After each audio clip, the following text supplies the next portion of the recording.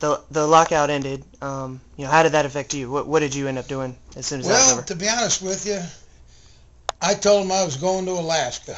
Right. So I was in Alaska for about 16 days, and I knew it was going to come to a head sooner or later.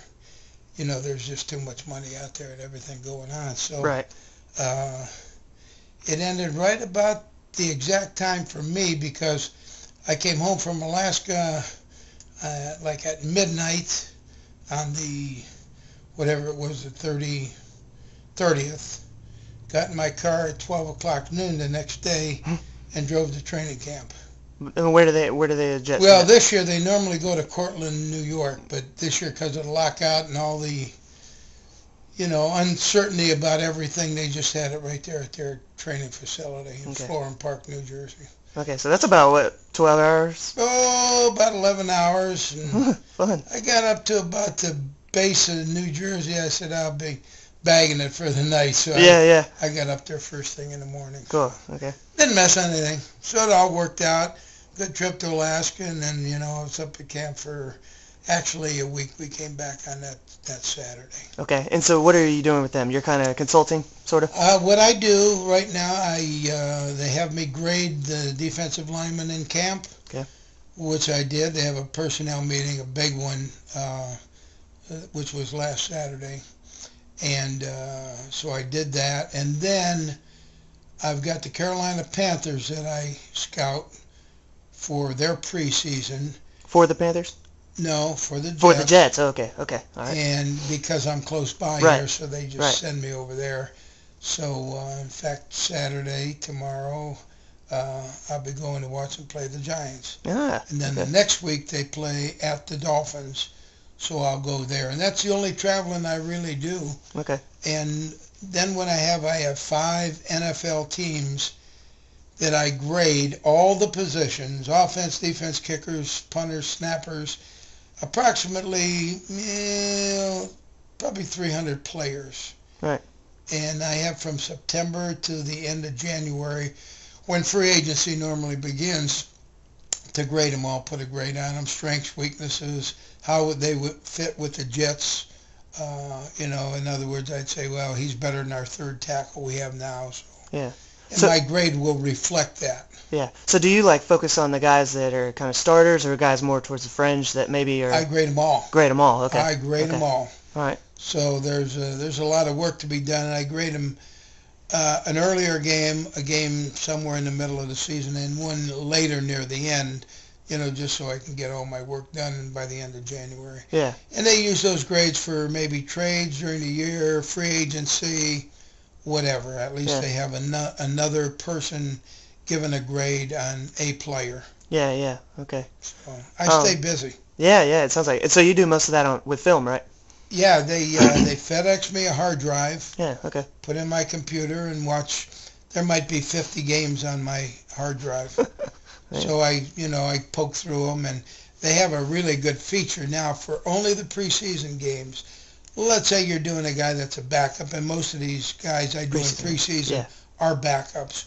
You just punch his name in the team, and it'll just show you the plays that he's in. Wow. Instead of looking through, let's say he played 4 plays in the whole game. Right. Well, you just punch a button, and it comes up with those 4 plays. You don't have to look through the whole tape for that one guy. Oh, that's cool. It's kind of a neat little feature. They haven't quite perfected it, and I think they're waiting for more money to see how much it's going to cost and everything. But it's a good feature for me. So it's like Netflix. They send you a bunch of film in the Yeah. It's kind of cool because I don't leave my house, and if the weather's nice, I work in my yard or play golf. Weather's bad, I come up here and do my work. Cool. So it's good. It keeps me in touch with the Jets, and also in the NFL what's going on. And, you kind of still feel a part of something. So you can ease into your retirement instead of just cold turkey. Yeah, I'm easing in all right, but I look at my calendar, and it's not like I'm retired. Right. But it's better than sitting around the house. Yeah. So when you drive up to Charlotte tomorrow, I've always kind of wondered about this. Do they know you're coming, or is it something? Yeah. Because it's arranged, right? Yeah, they give you credentials for the game, and then you actually go up in the press box. Yeah. with about 20 dozen Krispy Kremes, and they feed you So they good know up. you're coming. Well, they feed you good up in the press box, and of course,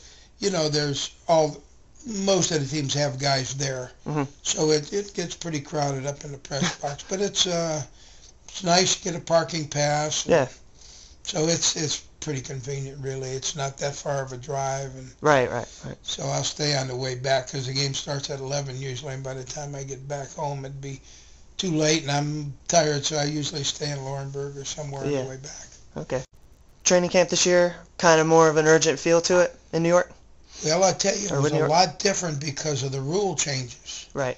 In other words, there was no two-a-day practices per se. Yeah. There was a walkthrough, then meetings, more meetings, and then they had like maybe a 3-hour practice or 2, whatever it was, practice in the afternoon.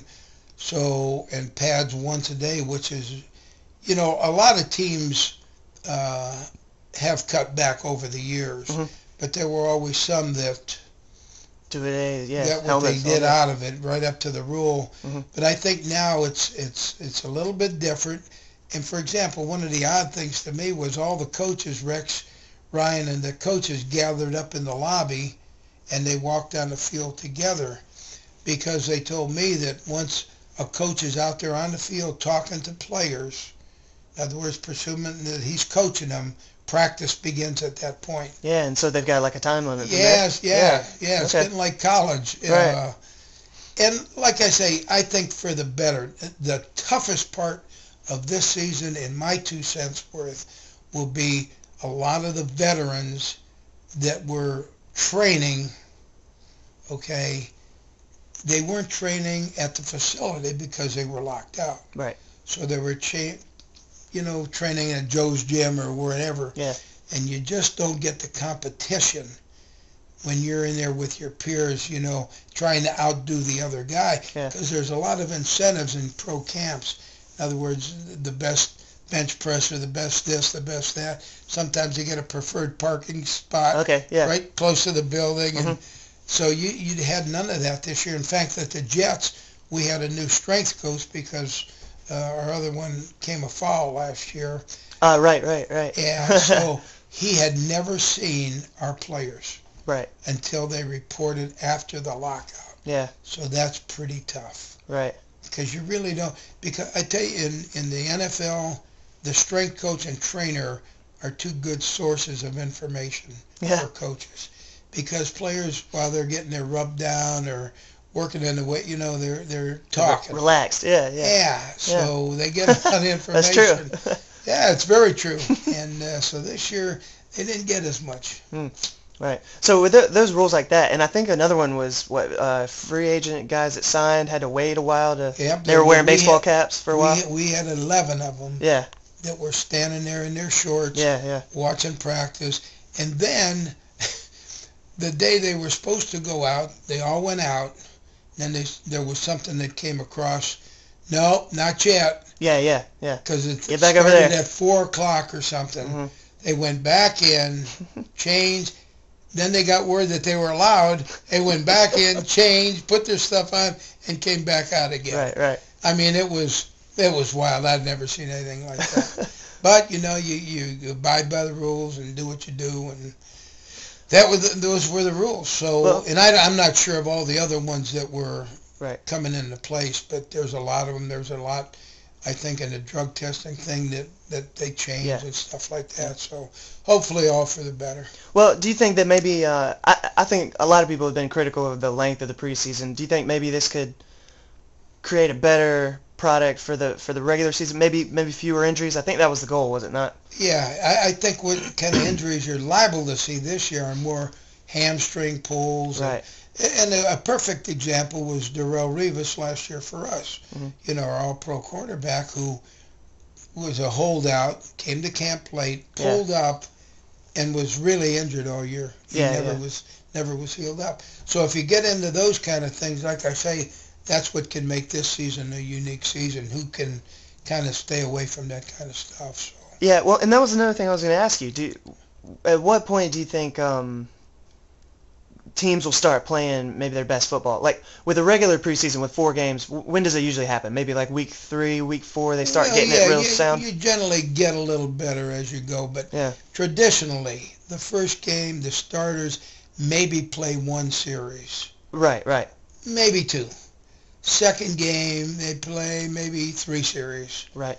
4 series. Then the big game was the Third one. Right. where they played into the second half, Mm-hmm. depending on what was going on. And then the fourth one, a lot of times guys didn't even dress their guys. Guys trying to make the team. Or Yeah. That's what they're looking at. Yeah, because you got to have enough because you have a cut before that fourth one. So you got to make sure you got enough guys to fill the bill to finish the game. So to answer your question, as far as preseason, personally, I don't think they need 4 games. 4 games, Just right. the way they do things. Right.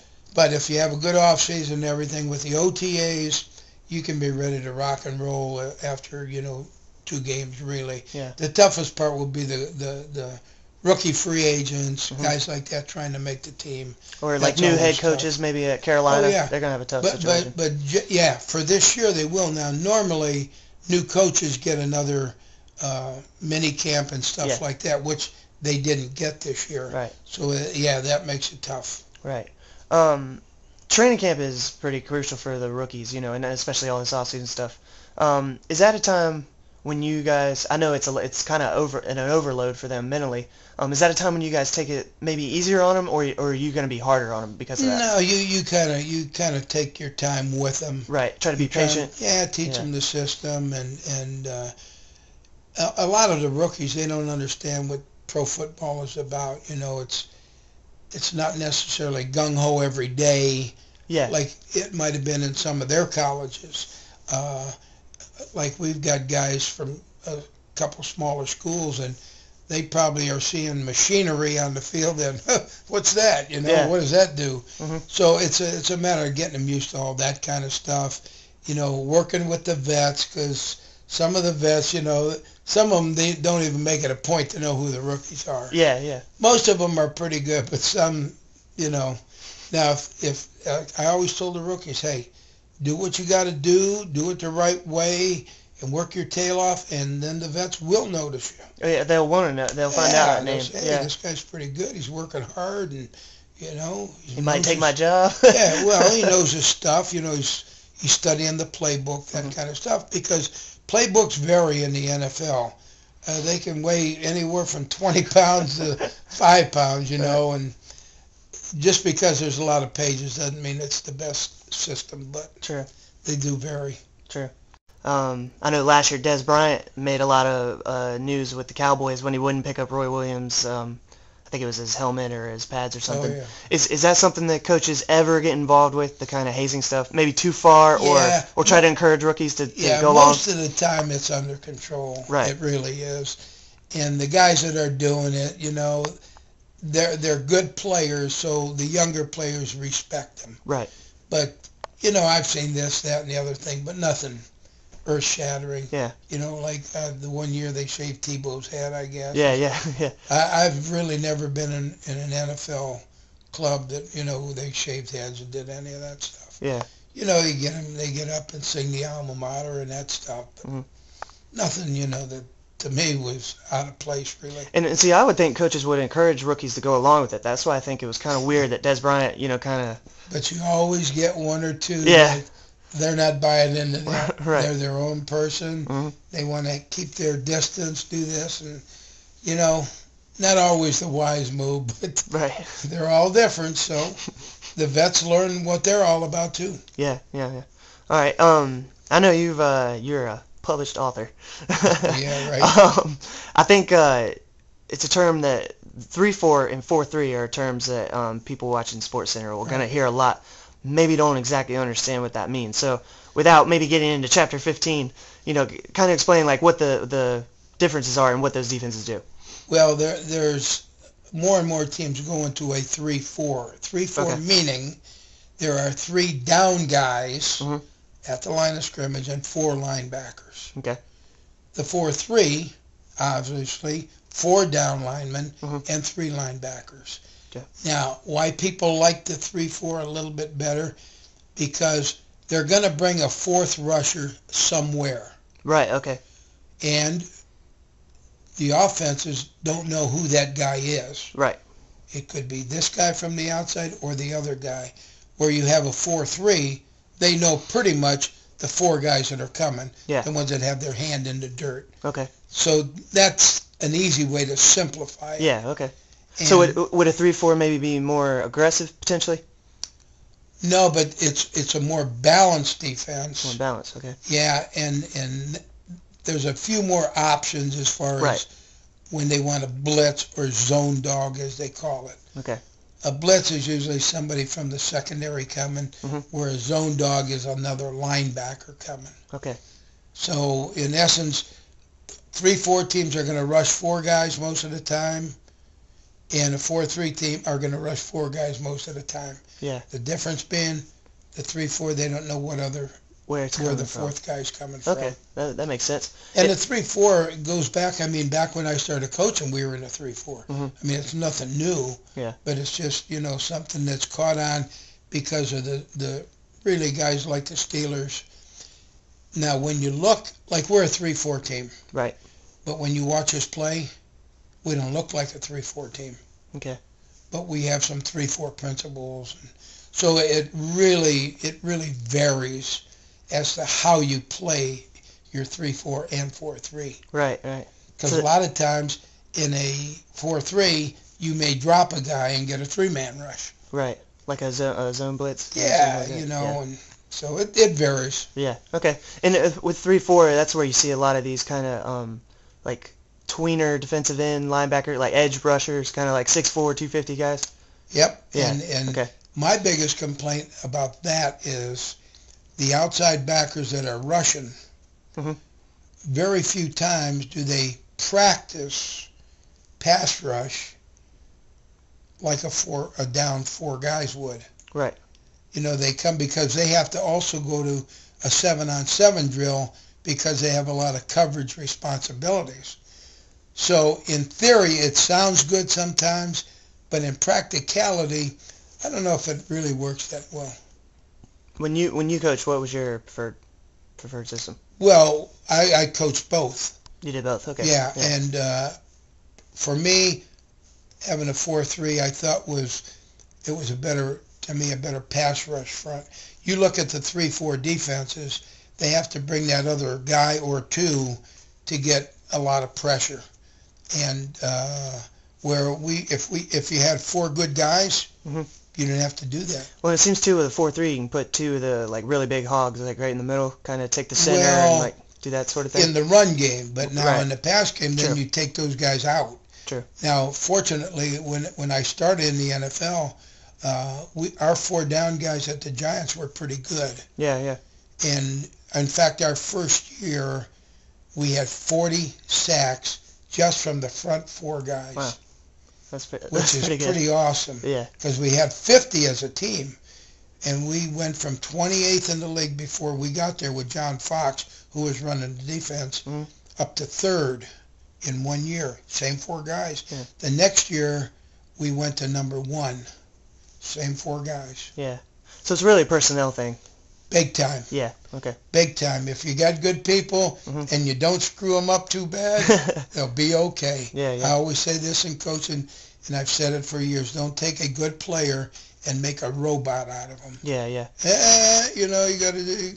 Scared to do something. Yeah. Right. Mhm. Let them play, and just like rushing the quarterback.